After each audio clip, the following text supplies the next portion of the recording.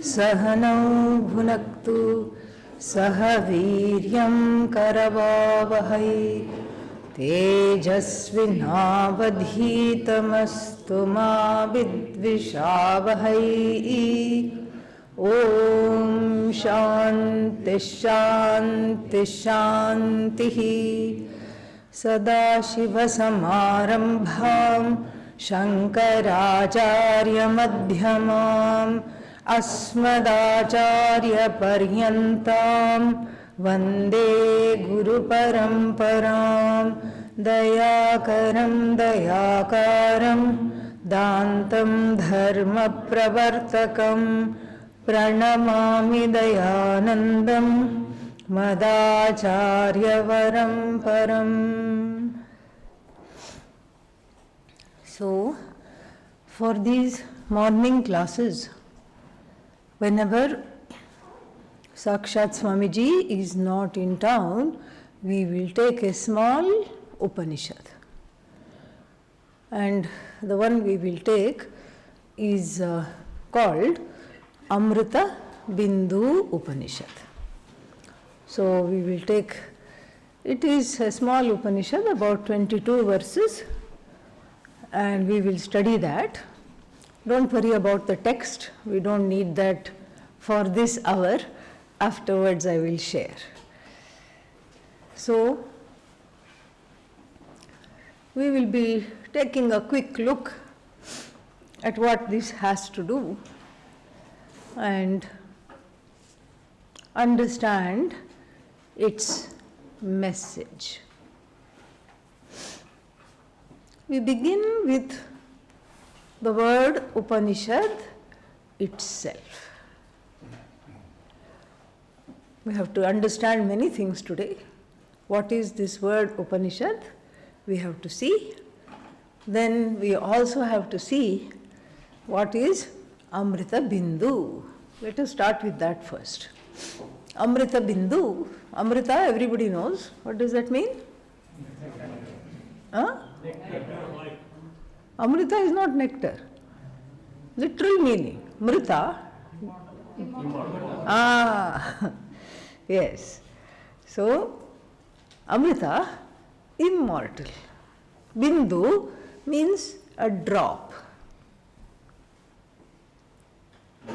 It means a drop, but it also means that which is kendrita, centered. It's not like one drop. It would be wrong to say this is a drop of immortality. That would not be the correct translation at all. A drop of immortality would be definitely a wrong translation. Why would it be a wrong translation? Because here, the drop here means something which is centered, kendrita, where the essence of it is right there. And then, since we are talking of immortality, which means what? Limitlessness, and a drop of limitlessness is not possible because it has no possibility of dividing itself. And so therefore, what are we talking about? The whole. The whole vision of limitlessness expressed in the form of a small teaching. That's the idea. So it's not like a drop of immortality. We must not take it in that manner. Okay. So this is Amritabindu Upanishad. It forms a part of a whole series of Upanishad with Bindu at the end. There are total, I think, 5 Bindu Upanishads. Tejo Bindu, Amrita Bindu, then Dhyana Bindu, Nada Bindu, and Brahma Bindu. These are it forms a group of this 5 Bindu Upanishads. All of them end in the word Bindu. So not that they are continuations of one another, but they just form a little cluster of the Upanishads. Okay. So then, one more thing we have to see, is that when we talk about this, this cluster of Upanishads, sometimes people say these people means we should find out who these people are. Academics. Academics, okay? Yeah, not people in general. Academics will call them minor Upanishads, as opposed to Chandogya and Brihadaranyaka and Kathopanishad, etc., which are known as what? Major Upanishads. Now, this is a highly useless demarcation. It is not useful at all to try to make the Upanishads into major and minor. Why? Because they all have the same purport. They all have the main thing, which is to remove samsara. They all are going to remove samsara. They are all going to remove the problem connected with the I. This is the problem. What is the problem connected with the I?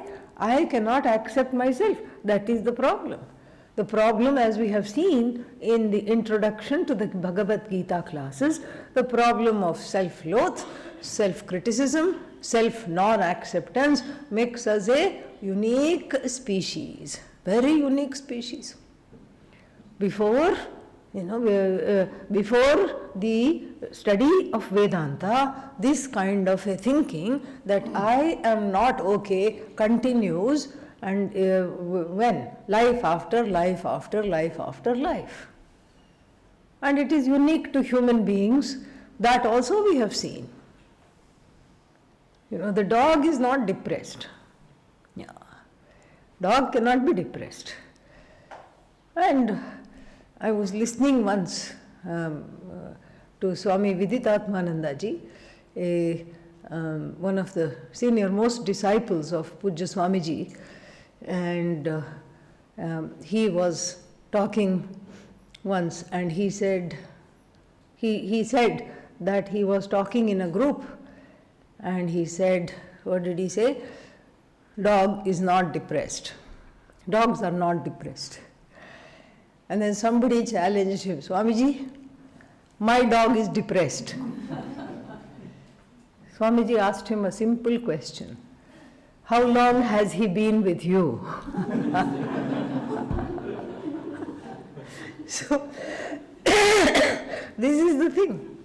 What is the question, This is this fears, tears, and all these pains and aches of daily life belong to the human being, and for the purpose of this human being alone is this Upanishad. And so when we talk about Upanishad, it is important to understand that it is the most authentic autobiography of the I, the self. Everybody must be familiar with this book, Autobiography of a Yogi. It is a book on which many people cut their spiritual teeth. Autobiography of a Yogi. But instead, what do we have? When we write our own autobiographies, not famous people like Swami Yogananda, etc., but when we write our autobiographies, then we have a autobiography of a bhogi. Bhogi means what? Conspicuous consumer. That is the autobiography. Autobiography not of a yogi, but of a bhogi. First chapter, why me? That is the first chapter. Why only me? Why is this happening to me? Why it is not happening to you? Yeah, that is also there, because it's one thing for it to happen to me, but then I look around, it's not happening to anybody else. So I feel targeted. Second chapter, it's never going to change. It's always going to be like this only. Woe is me. First chapter, why me? Second chapter, woe is me. Third chapter, remedial measures, which none of them work. Yeah, because they are all finite. The finite remedies are what? Are no match for what is really needed is the infinite. What is wanted is the infinite, and so these are just putting a band-aid on a big river. Instead of, how do you bridge this gaping wound? There is a big canyon in America called Grand Canyon. It's somewhere in Arizona. Everybody goes to see it. And there, if you try to put a band-aid and bring these canyon sides, two sides of the canyon together, it's laughable. Similarly, here also, whatever shenanigans I do, whatever I do in order to make myself feel better, are all going to be what? Finite. But does that stop me from trying? No. So the third chapter is what? Frenetic activity.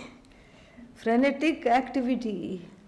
And the fourth chapter is, okay, I take heart in the fact that everybody around me is also doing the same thing. Good. Everybody is crazily running around and everybody is just doing the same thing, and therefore what? I am also doing the same thing. And so the fourth chapter is what? Misery loves company. Yeah. So what can I do? Have a support group. That's all. Have a support group. Everybody can sit and sing, and then you can say, I sang. Okay, that's all it is. Everybody has a support group, everybody cries together, and then a little bit you feel better because you're not the only one crying, other people are also crying with you, so to speak, and then you go about your day. And the fifth chapter is what? Conclusion? No, not conclusion. Confusion is the fifth chapter. Yeah.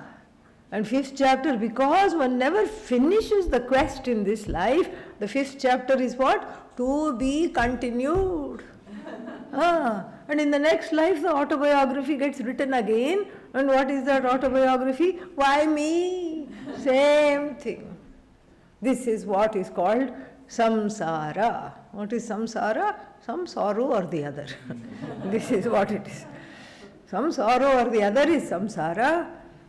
I am a samsari, very, very sorry. I am nothing but a samsari. This is the situation.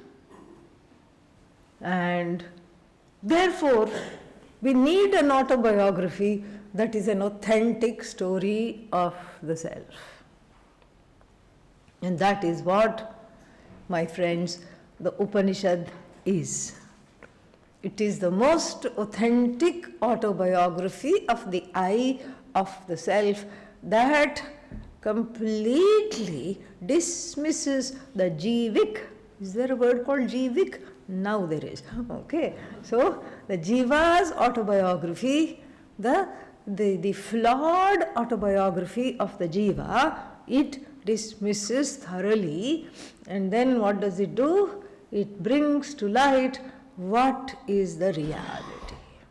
That is what is the meaning of the word Upanishad. Okay.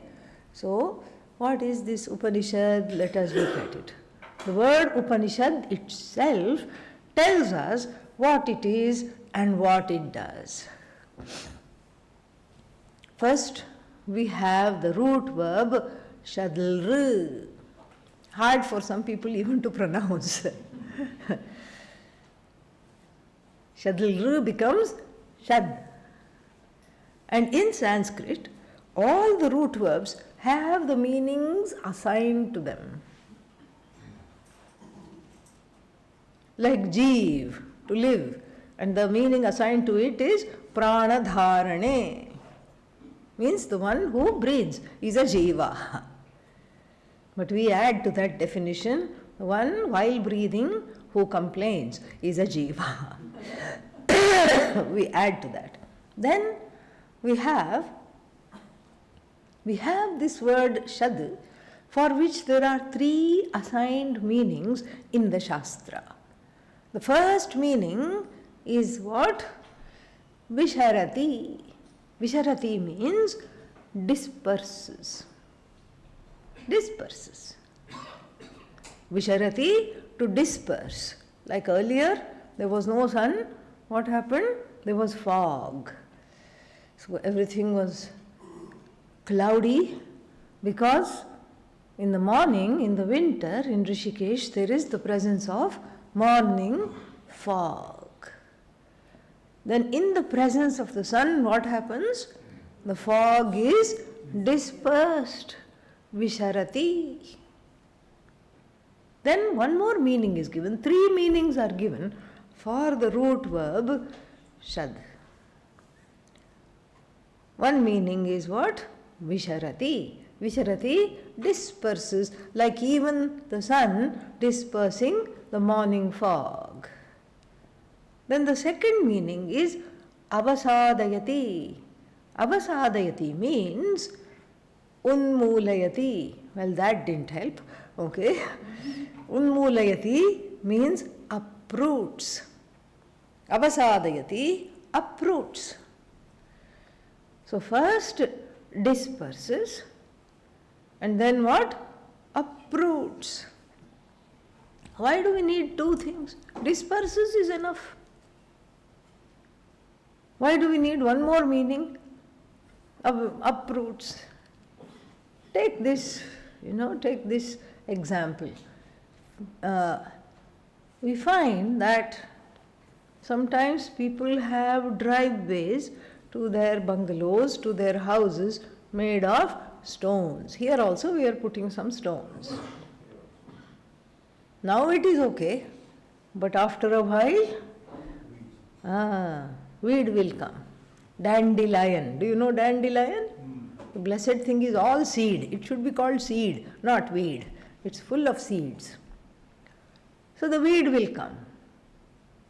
And then the proud homeowner who wants the driveway spick and span, what will they do? Yeah, they will spray something. Fuss, fuss, fuss, they will spray. The weed will die away. After 2 months, what happens? Ta-da! I'm back. Hello. Because the weed doesn't think I'm a weed. No. The weed just think I'm here. And my job is to propagate. My job is to have a good time. Bahusyam prajayeya. May I go forth and multiply. It thinks. It doesn't think I'm a weed and I'm spoiling the beauty of these wonderful stones. It doesn't think that at all. You think that. And so if you do fuss fuss for 3 months, you have freedom from the weed and then its descendants come out. They say these stones are our ancestral property. Yes, here we are. I am back. So therefore, a better way to get rid of the weed is to do what? Uproot it. Ukhadna. Samulam, along with the root. And so, and same thing, if we take the fog example, today the fog went because of the sun. And tomorrow morning what happens? It's back. So therefore, Visharati is not a permanent solution. So therefore we need something more. What is that? Avasadayati, unmulayati. That which along with the root cause uproots completely. The second meaning of the word Upanishad. Along with the root cause, that which uproots totally.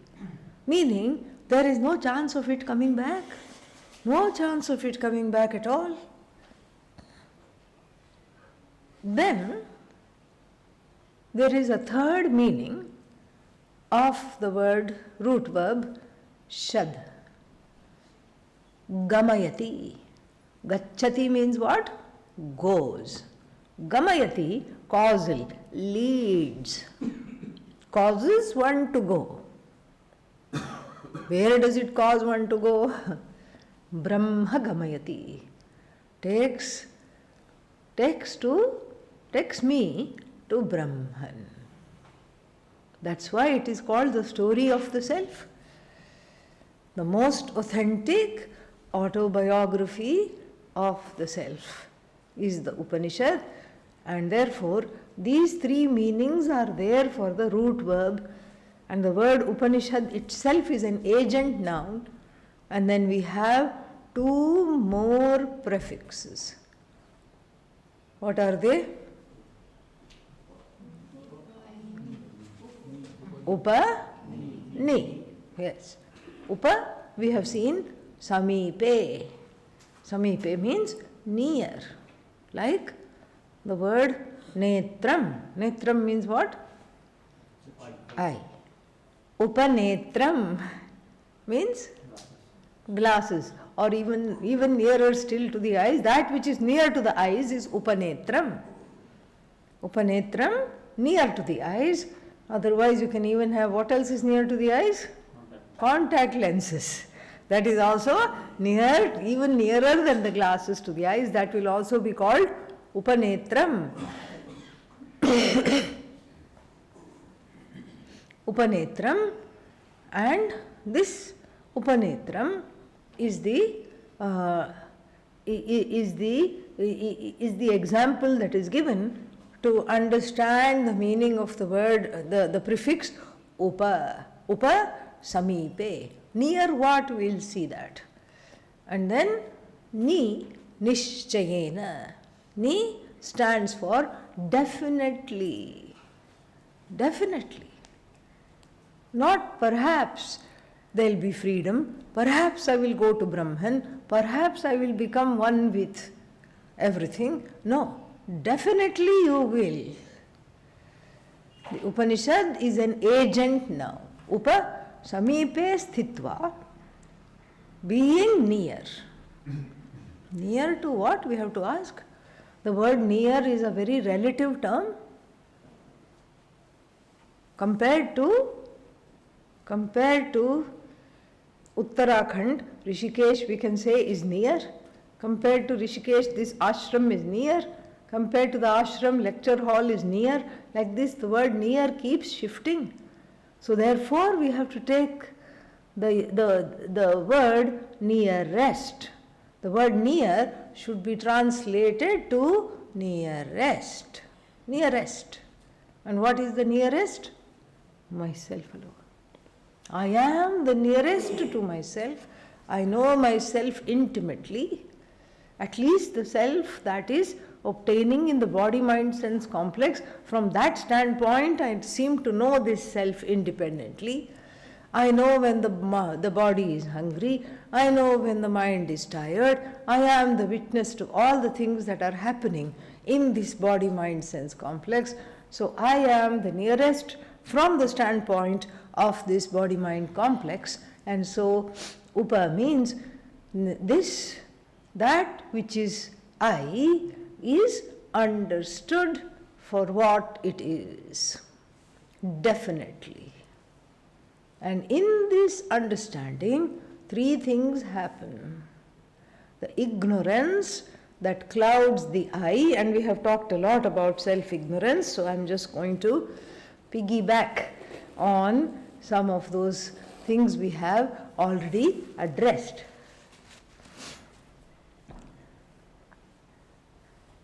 We have seen how the ignorance is a problem because the ignorance morphs into two.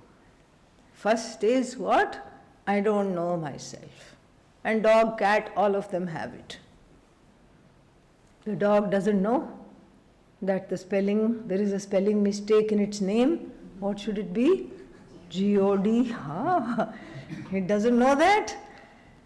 But it is still okay. It is still okay compared to me. It seems to be okay.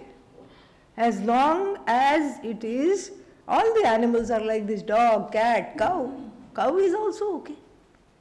As long as it's allowed to live a life, have its babies and die a natural death, as long as it does not find itself between two slices of bread It seems to be all right. Yeah? But for the human being, this ajnanam morphs into what the Mandukya Upanishad calls anyatha jnanam. Ajnanam, not knowing the nature of myself, anyatha jnanam, therefore taking myself to be what I am not. This is the problem. Ajnanam and anyatha jnanam, both of which the human being has, and ajnanam itself cannot cause problems because the whole world, all the species in the world has ajnanam. All of them have ajnanam, but they seem to be happier than everybody else. And so therefore, we have to look at what this anyatha jnanam is. This anyatha jnanam is the cause of all the problems. But before that, let us finish the discussion on the word Upanishad. Therefore, I keep joking that the word Upanishad should be spelled Upanishad because it makes me shed the wrong notions about myself, about the Jagat, about even Bhagavan, Ishvara. Jiva, Jagat, Ishvara. These are the dividing things in my life.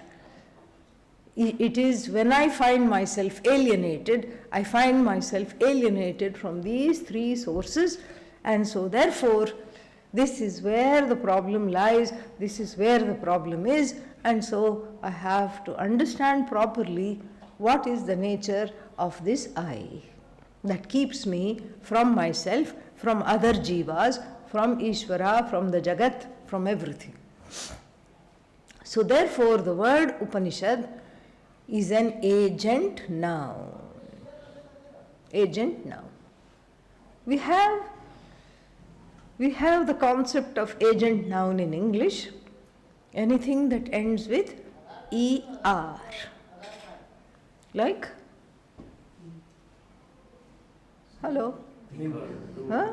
Doer, experiencer, thinker, waker, sleeper, hopefully not now, but sleeper. What else? Yeah. No, not prayer. That is different. Yeah.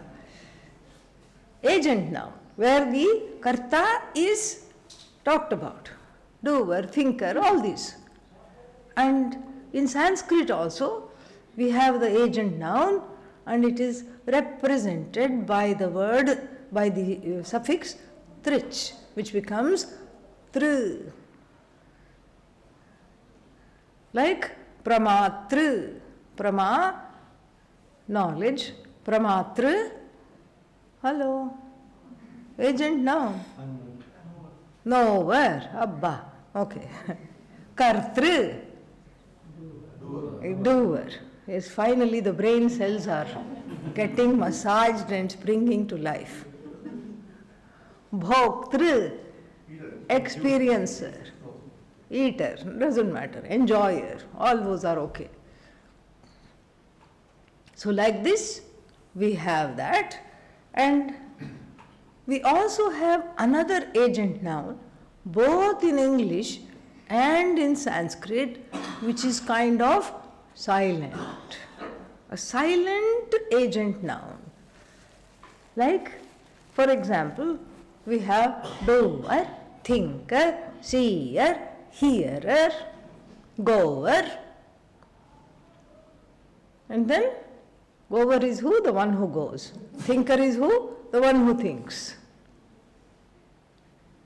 And the one who cooks? Yeah. One who cooks is what? Cook. What happened to the ER? Silent. Cooker is what? The vessel of cooking, instrument, not the person who cooks. You can't say, please go find the cooker in the ashram. Yeah. He is cooking now. No. Cook. The ER is silent. We silently understand that she or he who cooks is called what? Cook.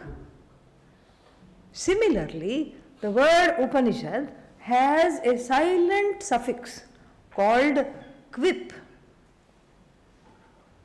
That, why is it called quip? Because it equips the word with the sense of being an agent. So even though it says Upanishad, we should understand it as Upanishadar, the one who makes you shed, the one who makes you shed the wrong notions, the one who dissipates everything, and the one who destroys ajnanam samulam along with the root cause, anyatha jnanam along with the root cause ajnanam, and then the one who takes you to Brahman. So what does this quip pratyaya do? Doesn't do anything. It comes, it equips the word Upanishad with that of being an agent noun. It does not leave any traces behind and goes away, just like the word cook. So this is the meaning of the word Upanishad. Adi Shankara, in his introductory bhashya, Upodghata bhashya to the Kathopanishad, deals with this in great detail, deals with these definitions, these words in great detail. So this is the Upanishad that is going to write my life story. Many problems come up when I think of this. First of all, how many people are there in the world? 8 billion. 8 and odd billion. All right. How can they all have the same life story? First question, a very legitimate question. How can they all have the same life story? I have my own life story. You have your own life story. You have your own challenges. She has her own challenges. They have their own challenges. They have their own talents. How can you say one size fits all? How can you say that? One size cannot fit all. Think about each person's background. So many differences. This one came from a family which was living together. Joint family. Joint family means lots of people. Lots of people means double the fun.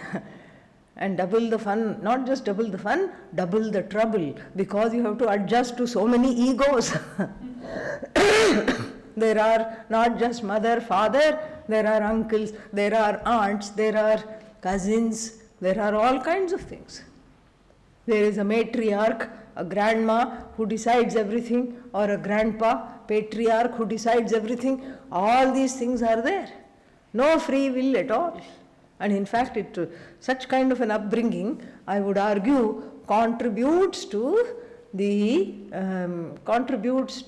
one's preparation for this knowledge, really, because it's a choiceless upbringing. Choiceless upbringing. No personal gifts allowed at all. So even if somebody hands in this joint family, it's kind of dying out now. So in this joint family, they just give. Let's say they give the child something, the child has to take it to the grandmother or the grandfather, or the grandmother, grandfather will themselves take it away from the child, or the visitor will say it is for this child and give it to the grandparents. And the grandparents will decide how, when, and to whom this should be dispensed.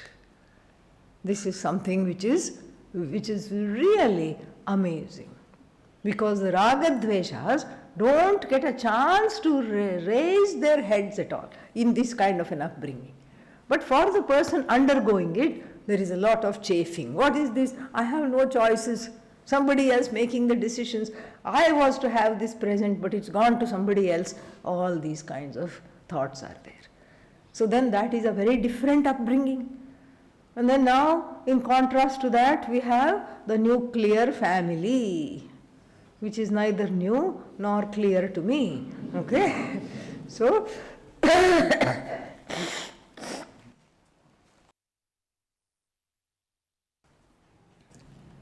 The nuclear family is what?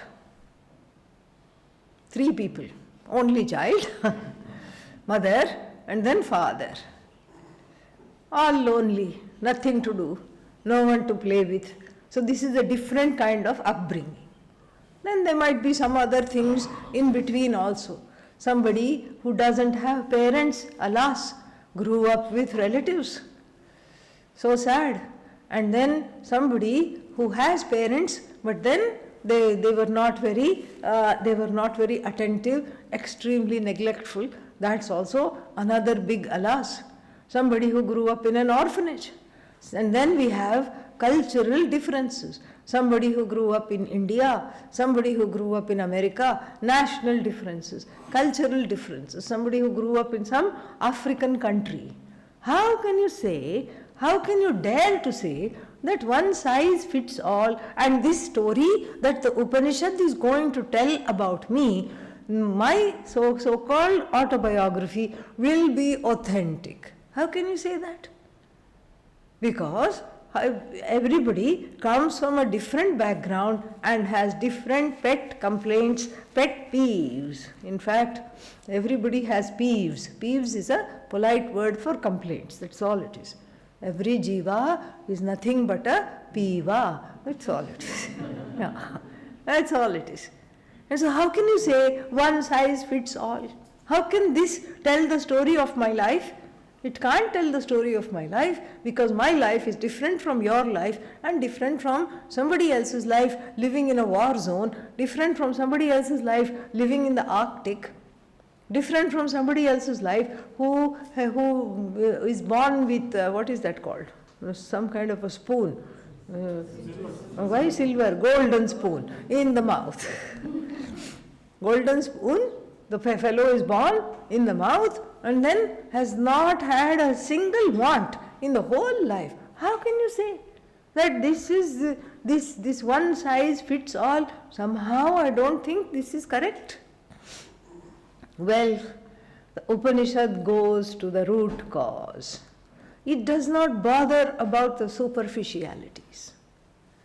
It does not bother about the superficialities at all. Why? Because there is no use.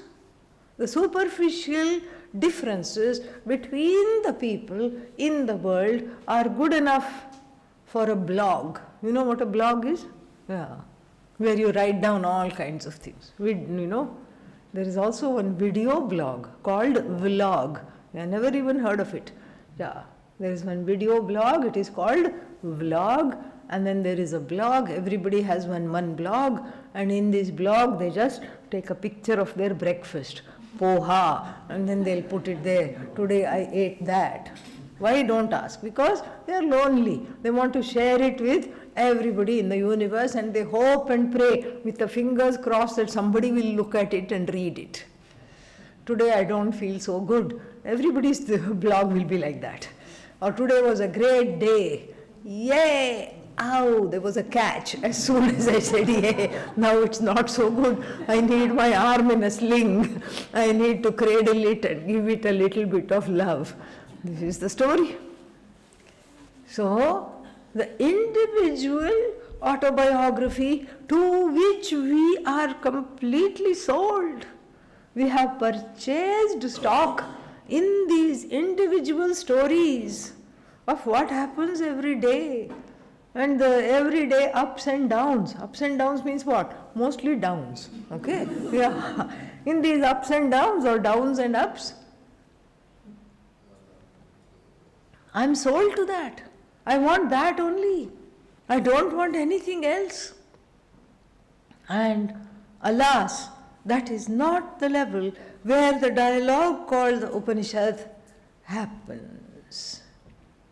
It happens at a deeper level where the oneness is discovered, because the differences really do not matter. Because if you look at one person's sad story and the other person's sad story and the third person's sad story, what is in common? Sad. That's what. That sadness becomes the topic of the Upanishad. the topic through which it dismantles the very wrong belief that I am subject to sadness is dismantled. That is what we need. We need to understand that I am not subject to sadness. That is what has to be removed. Visharati avasadayati. Samulam avasadayati. Along with the root cause. Why do I feel I am sad? Why have I bought into this sadness? Because of Atma Ajnanam. That is the root cause.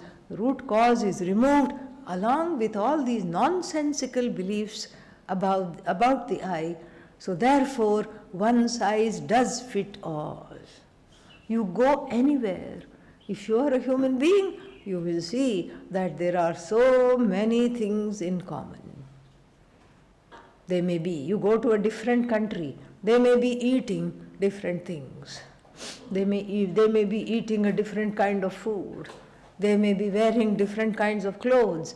They may be having different kinds of beliefs. They may be following a different kind of religion. They may be also believing in different kinds of things.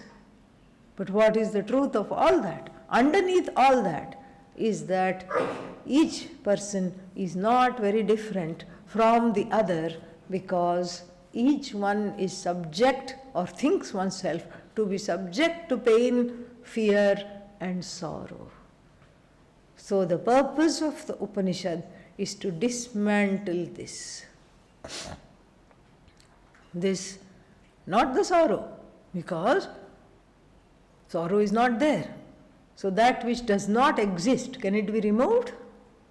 Otherwise we'll be having Lady Macbeth syndrome. You know Lady Macbeth?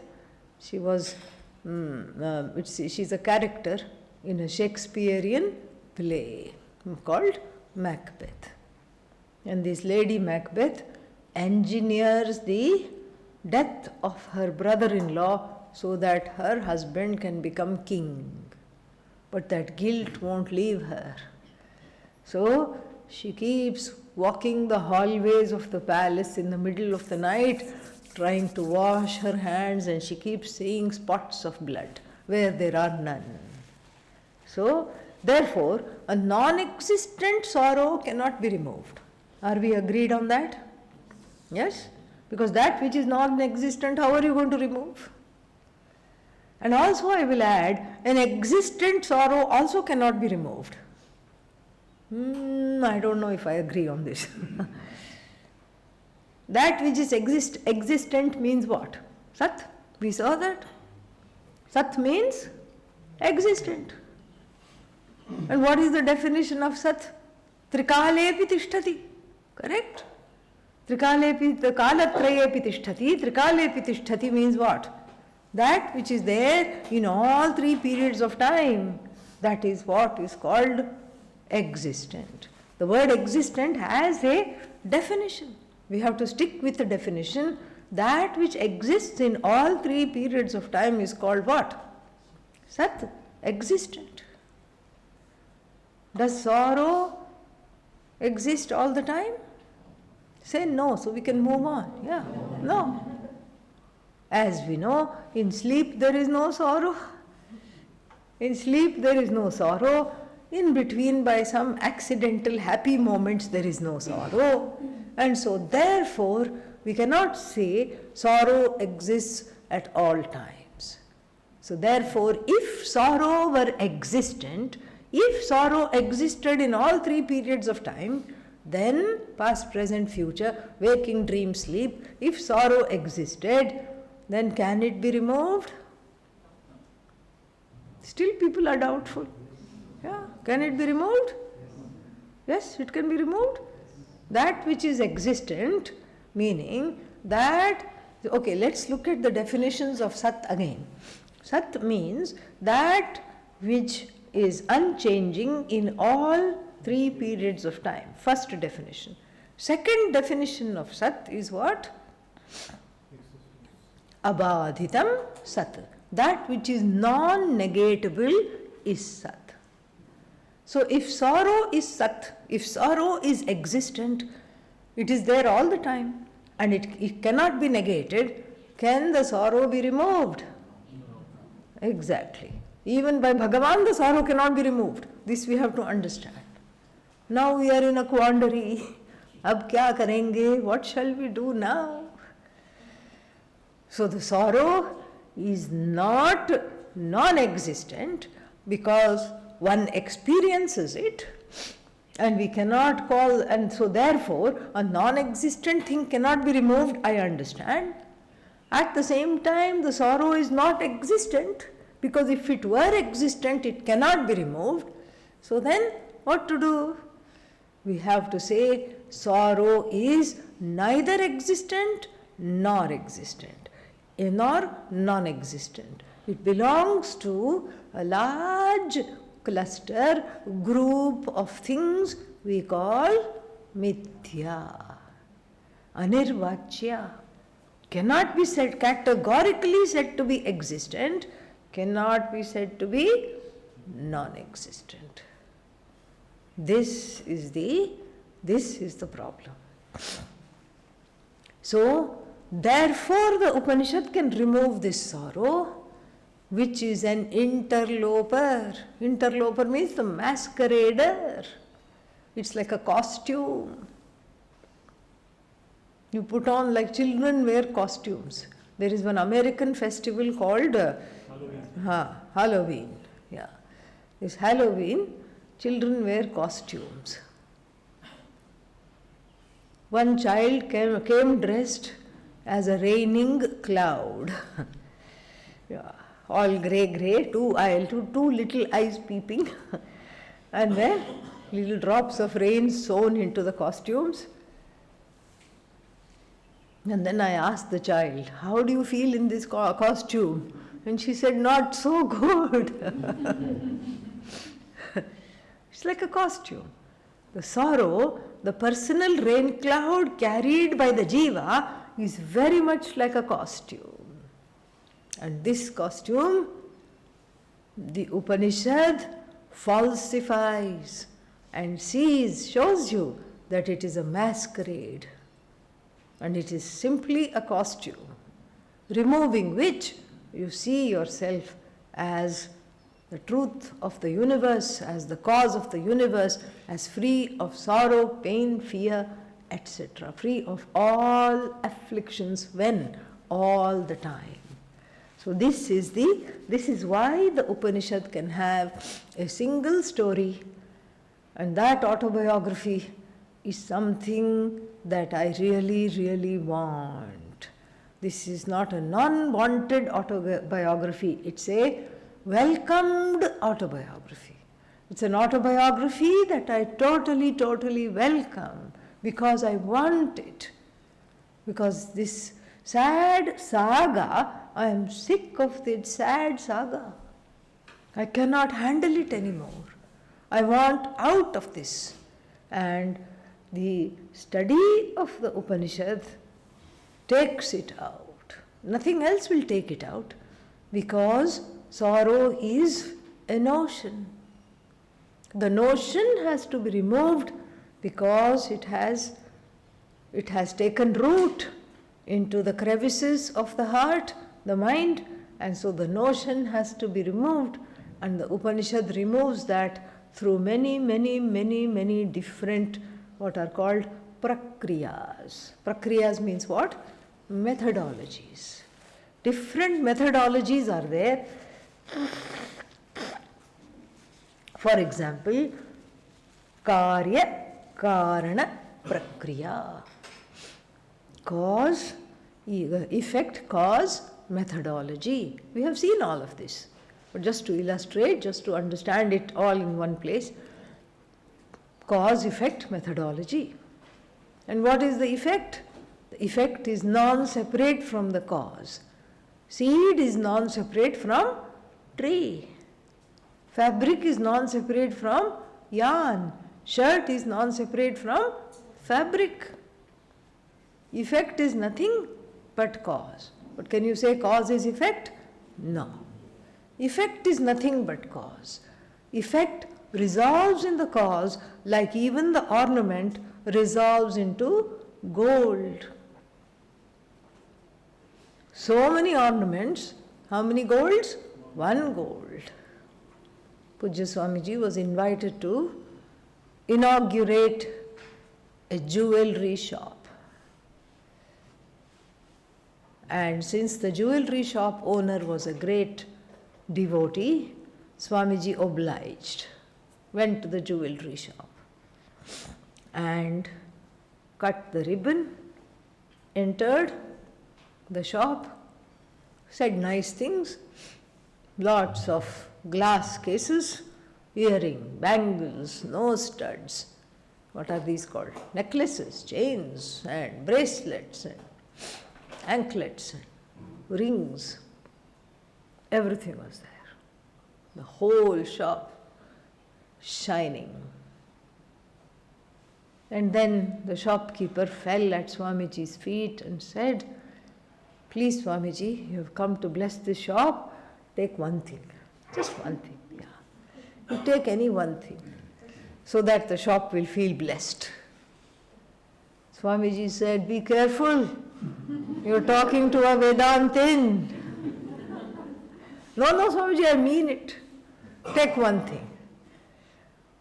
And what did Swamiji say? Okay, I'll take the gold, you keep the ornaments. That would have been the shortest inauguration in history. Because soon after the inauguration, what would he have had to do? Close the shop immediately. So, all this is Karya Karana Prakriya, expressed in the Taittiriya Upanishad as Yato va imani bhutani jayante, yena jatani jivanti, yat prayanti abhisam vishanti tad vijignyasasva, tad brahma iti. Yataha yasmat karanat, from which causeless cause, everything comes. As though we have to add. Permanently I should have like my hands like this, okay? But since I have a cold, I won't keep it like that because I have to use this as well. So, as though from which causeless cause, all these things means the seen world has come. Imani, bhutani, all these beings.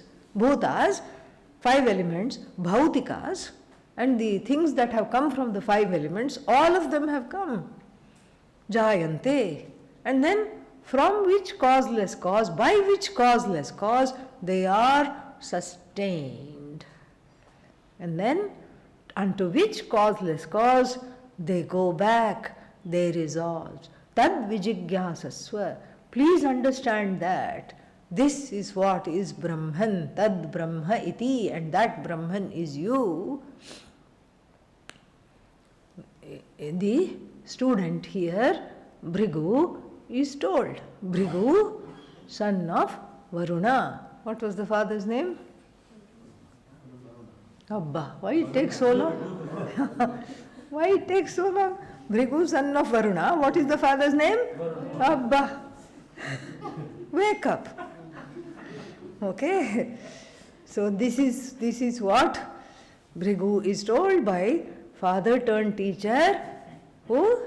Varuna. And this is Karya Karana Prakriya. Like this, there is Avasthatraya Prakriya. Who went to sleep? What will I say if somebody asks me the question, who went to sleep last night? I did.